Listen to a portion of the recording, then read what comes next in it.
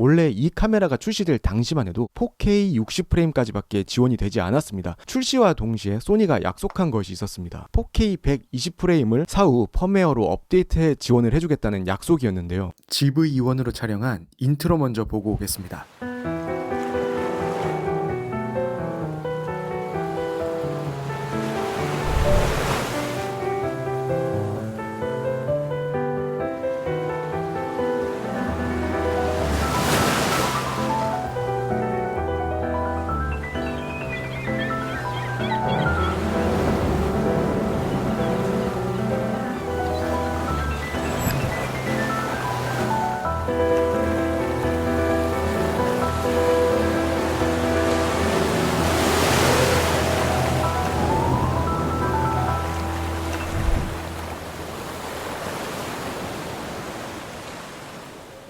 안녕하세요, 카메라팀입니다. 오늘은 GV-E1에 대해서 이야기를 좀 해볼까 하는데요. 이 바디를 구매할지 말지 고민을 하시는 분들이 있으실 거라고 생각을 해서 제가 이 바디를 출시하고 아마 얼마 지나지 않아서 구매를 했었던 걸로 기억을 해요. 지금까지 꾸준히 잘 사용하고 있는 바디고요. 그렇기 때문에 장점과 단점에 대해서 제 나름대로 파악을 한 것들이 있는데요. 이러한 부분들에 대해서 오늘 이야기를 해보면서 과연 다가오는 2024년 이 시점에서 이 바디를 구매하는 것이 좋을지 안 좋을지 제가 어느 정도 판단을 도와드릴 수 있는 시간을 한번 가져보고 싶어서 이렇게 준비를 하게 되었고요. 지금 저를 촬영하고 있는 이 바디도 GV-E1입니다.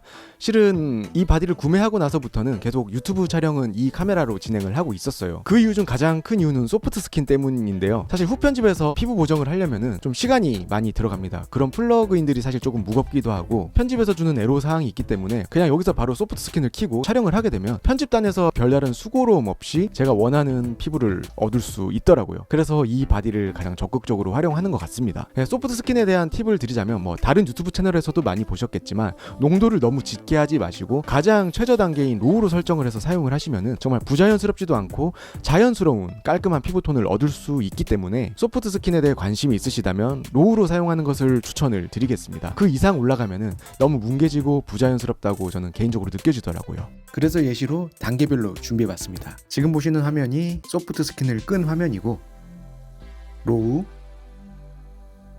미드, 하이입니다. 높은 단계일수록 피부의 경계선까지 뭉개지기 때문에 로우가 가장 자연스러운 설정값인 것 같습니다. 그러면 지금부터 본격적으로 GV-E1의 장점이 무엇이고 또 단점이 무엇인지 한번 말씀을 드려보겠습니다. 자, 그럼 우선 장점부터 말씀을 드려보자면 이 바디는 많은 분들이 아실 거예요. 알파7 S3와 FX3의 막내 동생 같은 라인업입니다. 그 말은 무엇이냐? 같은 DNA를 가지고 있어요. 성능이 동일하다는 이야기가 되겠습니다. 이 세 바디로 찍었을 때 영상 퀄리티에 그 어떤 차이도 없어요. 왜냐? 같은 센서를 사용하고 있기 때문인데요. 그렇기 때문에 이 바디가 비록 생긴 건 장난감 같이 생겼지만 장난스러운 영상 퀄리티가 아니라 정말 장난이 없습니다. 많은 분들이 상업으로 사용하는 FX3 그리고 S3와 같은 영상 퀄리티를 얻어 가실 수 있기 때문에 외형만 보고는 판단하면 안 되는 정말 그런 바디가 바로 GV-E1이라고 자신있게 말씀드릴 수가 있겠습니다. 그런데 여기서 더 놀라운 것은 FX3와 S3에 없는 소니의 최신 기술들이 정말 몰빵이 돼 있는데요. 소니가 어떠한 컨셉에서 정말 이러한 최신 기술까지 다 넣어줬는지는 모르겠지만 사용자 입장에서는 이러한 기능들 정말 좋습니다. 첫 번째로는 AI-AF인데요. 그렇지 않아도 소니 바디의 AF는 타의 추종을 불허할 만큼 완벽에 가까운 퍼포먼스를 보여주지만 여기다가 AF가 더해짐으로 인해서 정확도는 말할 수 없을 정도로 정확해졌습니다. 사람이 뒤로 돌아도 뒤통수까지도 추측을 하고 잡아버려요. 예전 같으면 놓쳤을 법한 이러한 장면들도 어김없이 잡아버립니다. 이보다 더 완벽해질 수 있을까요? AF는 정말 완성이 됐는데 거기다 더 한 단계 완성을 한 AF이기 때문에 강력한 장점 중에 하나라고 생각을 하고요. 그리고 FX3와 S3에 없는 또 추가적인 기능으로는 포커스 맵, 그리고 방금 말씀드렸던 소프트 스킨, 그리고 안티 플리커 기능, 그리고 이거는 정말 신기했어요. 마치 카메라가 피사체를 따라오듯이 팔로우합니다.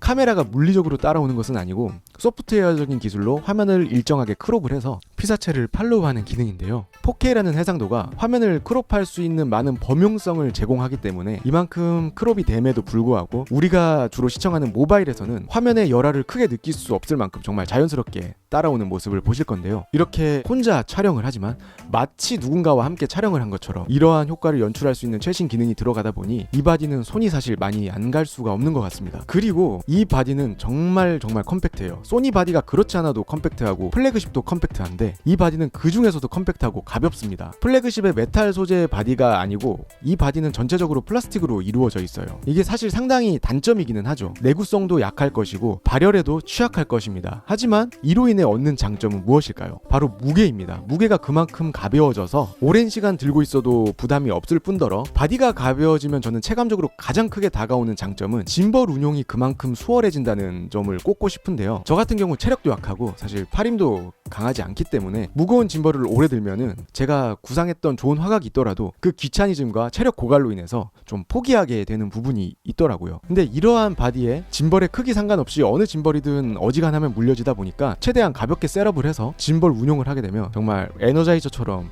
움직일 수 있게 됩니다. 그래서 제가 생각했던 구도와 그러한 그림들을 따는데 그 어떤 망설임도 없이 전투적으로 촬영을 할 수가 있더라고요. 거의 뭐 짐벌 머신이라고 봐도 무방할 정도로 짐벌에서 잘 사용을 하고 있어요. 공간이 좁던 넓던 정말 신경 쓰지 않고 재빠르게 푸티지를 따낼 수 있다는 것이 이 카메라의 경량화가 주는 정말 큰 장점이라고 생각해서 또 장점으로 꼽아봤습니다. 자, 그리고 또 한 가지 놀라운 부분이었는데요. 원래 이 카메라가 출시될 당시만 해도 4K 60프레임까지밖에 지원이 되지 않았습니다.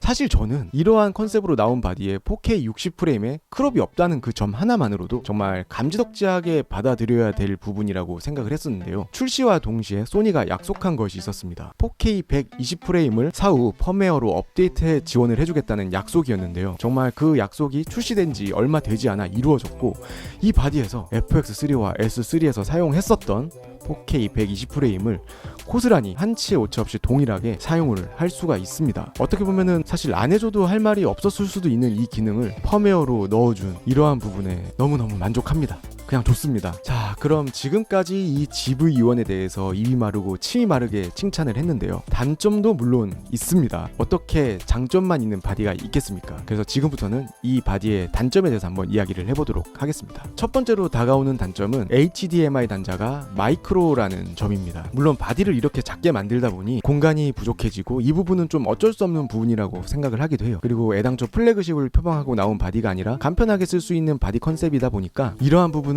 단점이지만 크게 짚고 넘어가지는 않겠습니다. 그리고 두 번째는 커스텀 키가 상당히 부족하다는 거예요. 저 같은 경우 S3와 FX3를 쓰면서 외부에 나와 있는 커스텀 키를 적극 활용을 하거든요. 정말 많은 커스텀 키가 외부로 빠져나와 있습니다. 그래서 저는 각 키마다 각 기능을 할당해서 그때그때 필요하게 눌러서 사용을 하는데 GV-E1은 그러한 사용이 어려울 만큼 커스텀 키가 절대적으로 부족하기 때문에 저같이 이러한 사용 패턴에 익숙해진 사람으로서는 간혹 생각은 앞서 있는데 커스텀 키가 없어가지고 메뉴 들어가서 설정하다 보면 정말 한 번씩 답답할 때가 있어요. 하지만 바디가 작아지니만큼 커스텀 키를 물리적으로 많이 넣는 게 어려웠었다는 점은 충분히 이해할 수 있을 것 같습니다. 하지만 정말 아쉬운 건 물리적인 다이얼이 2개밖에 없다는 거예요. 후면 다이얼 2개가 이 바디에 존재하는 모든 다이얼인데요. 저 같은 경우는 셔속, ISO 그리고 조리개까지 3개의 다이얼에 할당을 해서 현장에서 빠르게 사용을 하는데 여기는 2개밖에 없잖아요. 그러다 보니까 한 다이얼에다가 ISO와 조리개를 설정을 해놓고 씁니다. 근데 이게 한 번씩 S3와 FX3에 제가 익숙해져 있다 보니까 꼬여요. 조리개를 올려야 되는데 ISO로 설정이 되어 있어가지고 ISO가 올라가거나 ISO를 설정해야 되는데 반대로 또 셔속이 설정이 돼 있어가지고 셔속이 올라간다는 등 제가 의도치 않았던 오작동들이 일어나게 됩니다. 이러한 부분이 정말 사용하는 입장에서 답답한 부분을 유발하게 되더라고요. 최근 나오는 보급기 바디인 알파7 C2나 알파 6700은 다이얼 3개가 다 들어가는 걸 봤습니다. 이건 정말 바람직한 변화라고 생각이 되고 차기에 출시될 GV 시리즈에는 지금 출시된 알파7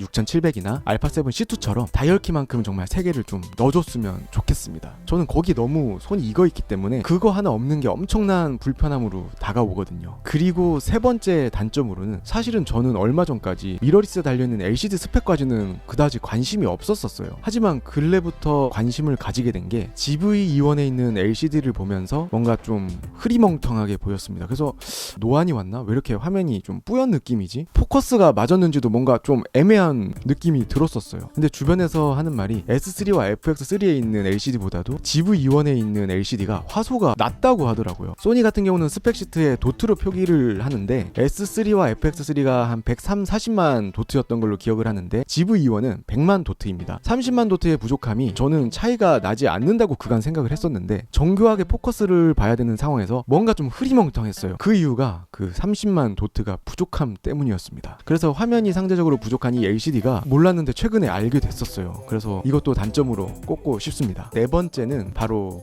발열입니다. 모든 기능이 탑재된 만큼 아낌없는 퍼포먼스를 보여주는 바디지만 충분히 이해는 해요. 사실 작게 만들어졌고 바디도 플라스틱이고 그리고 여기다가 사실 발열까지 없다면 S3나 FX3가 새가 되겠죠.